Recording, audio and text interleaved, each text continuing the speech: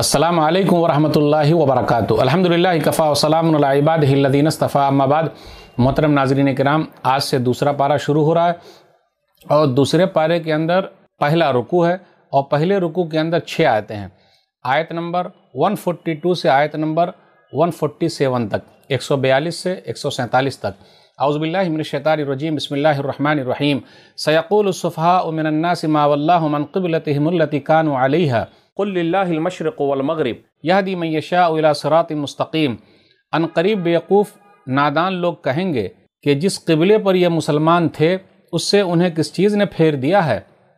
ऐ नबी सल्लल्लाहु अलैहि वसल्लम, कह दीजिए मशरिक़ और मग़रिब अल्लाह ही के लिए है, वो जिसे चाहता सीधे रास्ते की तरफ हिदायत देता है। वकज़ालिका जअलनाकुम उम्मतन वसतन लितकूनु शुहदा अलन्नास वयकून अर्रसूलु अलैकुम शहीदा वमा जअलना क़िबलत अल्लती कुन्त अलैहा इल्ला लिनअलम मन यत्तबिउर रसूल मिम्मन यनक़लिबु अला अक़िबैहि व इन कानत लकबीरतन इल्ला अलल्लज़ीना हदल्लाह वमा कानल्लाहु लियुज़िय्य ईमानकुम इन्नल्लाहा बिन्नासि लरऊफ़ुर रहीम। और जैसे तुम्हें सीधी राह दिखाई उसी तरह हमने तुमको अफजल उम्मत बनाया है ताकि तुम लोगों पर गवाह हो जाओ और रसूलुल्लाह सल्लल्लाहु अलैहि वसल्लम तुम पर गवाह हो जाएं।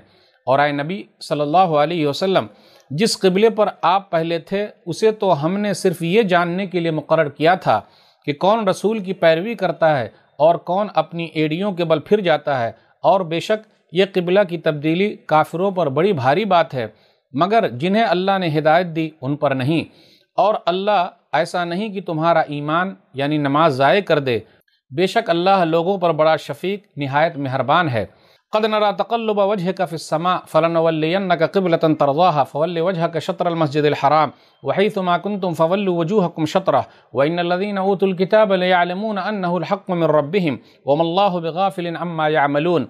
ऐ नबी सल्लल्लाहु अलैहि वसल्लम, यक़ीनन हम आपके चेहरे का बार बार आसमान की तरफ उठना देख रहे हैं, तो हम आपको उसी क़िबले की तरफ फेर देंगे जिसे आप पसंद करते हैं। चुनांचे आप अपना चेहरा मस्जिद हराम की तरफ फेर लें और अब तुम सब जहाँ कहीं भी हो अपने चेहरे उसी की तरफ फेर कर नमाज पढ़ा करो। और बेशक अहले किताब खूब जानते हैं कि यह नया क़िबला उनके रब की तरफ से हक़ है और जो कुछ वो कर रहे हैं अल्लाह उससे गाफिल नहीं। वलइन अतैतल्लज़ीना ऊतुल किताब बिकुल्लि आयतिन मा तबअू क़िबलतक वमा अंत बिताबिइन क़िबलतहुम वमा बाज़ुहुम बिताबिइन क़िबलत बाज़ वलइन इत्तबअत अहवाअहुम मिन बअदि मा जाअक मिनल इल्म इन्नका इज़्ज़न लमिनज़ ज़ालिमीन। और अगर आप उन अहले किताब के पास हर किस्म की निशानी लेकर आएँ तो भी वो आपके क़िबले की पैरवी नहीं करेंगे और न आप उनके क़िबले की पैरवी करने वाले हैं और न ये आपस में एक दूसरे के क़िबले की पैरवी करने वाले हैं। और अगर आपने अपने पास इल्म आ जाने के बाद भी उनकी ख्वाहिशात की पैरवी की तो यकीनन उस वक्त आप भी ज़ालिमों में से हो जाएंगे। अल्लज़ीना आतैनाहुमुल किताब यारिफूनहु कमा यारिफून अबनाअहुम व इन्न फ़रीक़म मिनहुम लयक्तुमूनल हक़्क़ व हुम यअलमून।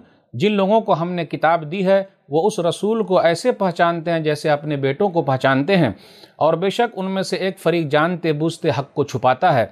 अल हक़्क़ु मिन रब्बिका फ़ला तकूनन्न मिनल मुमतरीन, ये आपके रब की तरफ से हक़ है, लिहाजा आप उसके मुतालिक हरगिज़ शक करने वालों में से न हो। नाज़रीन इकराम, दूसरा पारा शुरू हुआ। दूसरे पारे में पहली रुकू थी। पहली रुकू के अंदर 6 आयतें थी, आयत नंबर 142 से आयत नंबर 147 तक। इसके अंदर तहवील क़िबला का वाक़या है।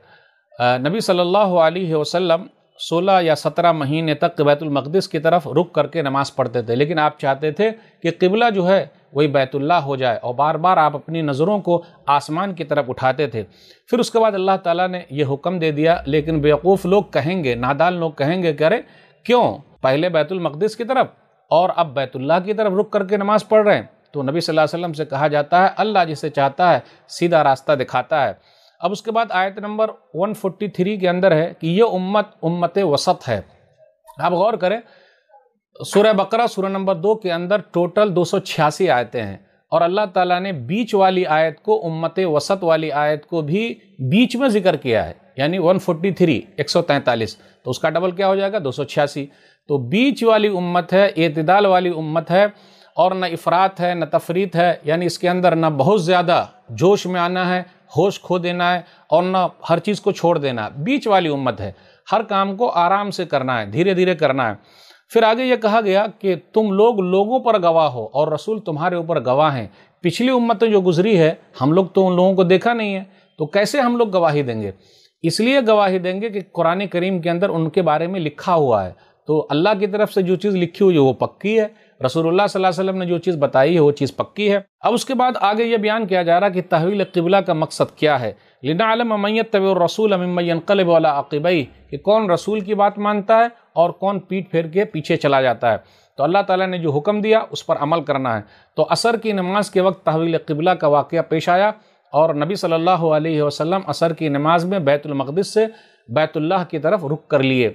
اس کے بعد جیسے جیسے لوگوں کو پتہ چلا، لوگ اسی طریقے سے بیت اللہ کی طرف رخ کر کے نماز پڑھنے لگے۔ مدینہ کے اندر آپ دیکھیے گا ایک مسجد کا نام ہے مسجد قبلتین، شاید کہ اس میں دو قبلہ ہوا ہو، یعنی آدھی نماز ایک قبلے کی طرف اور دوسری آدھی نماز دوسرے قبلے کی طرف پڑھی گئی ہو، واللہ عالم بالصواب، اللہ ہی بہتر جانتا ہے۔ اب اس کے بعد یہ بیان کیا جا رہا ہے یعرفونہ کما یعرفون ابناءہم، پچھلے لوگوں کے بارے میں یہ ذکر ہو رہا ہے جن کو کتاب دی گئی ہے، وہ لوگ نبی صلی اللہ علیہ وسلم کو ویسے ہی جانتے ہیں جیسا کہ وہ لوگ اپنے بیٹے کو جانتے ہیں۔ اچھا، یہ بیٹے کے بارے میں کیوں آیا؟ کیونکہ آدمی بیٹے کو اپنے سامنے دیکھتا ہے، پالتا ہے، پوستا ہے، جوان کرتا ہے، اس لیے بیٹے کا ذکر ہے، اور بیٹے کے بارے میں کسی کو کوئی شک نہیں ہوتا، یعنی عدم یقین ہے۔ لیکن باپ کے بارے میں شک ہو سکتا ہے کیونکہ اس نے باپ کو پالا نہیں، پوسا نہیں، کیا معلوم کون باپ رہا ہو، لیکن بیٹے کے سلسلے میں کسی کو کوئی شک نہیں۔ اگر حرامی اولاد بھی ہوگی پھر بھی وہ جانتا ہے کہ یہ اس کے حرامی نطفے سے ہے، اور حلال ہے تو جانتا ہی ہے۔ اس لیے نبی صلی اللہ علیہ وسلم کو وہ لوگ جانتے تھے جس طریقے سے اپنے بیٹے کو جانتے ہیں کہ نبی صلی اللہ علیہ وسلم حق پر ہیں اور حق لے کر آئے ہیں، اس کے باوجود بھی ان لوگوں نے حق کو چھپایا، یہودیوں نے حق کو چھپایا اور وہ لوگ نہیں مانے۔ آگے نبی صلی اللہ علیہ وسلم سے یہ کہا جا رہا ہے کہ آپ شک کرنے والوں میں سے نہ ہوں، اس لیے ہمیں اور آپ کو قرآن کریم کے سلسلے میں، نبی صلی اللہ علیہ وسلم کے سلسلے میں، تمام چیزوں کے سلسلے میں شک میں نہیں رہنا، یقین پیدا کرنا، اور یہی سب سے اہم چیز ہے۔ یہ چند باتیں تھیں، اللہ سے دعا ہے کہ اللہ تعالی ہم لوگ قرآن کریم کو پڑھنے، سمجھنے، اس پر عمل کرنے اور لوگوں تک پہنچانے کی توفیق دے، آمین۔ والسلام علیکم ورحمۃ اللہ وبرکاتہ۔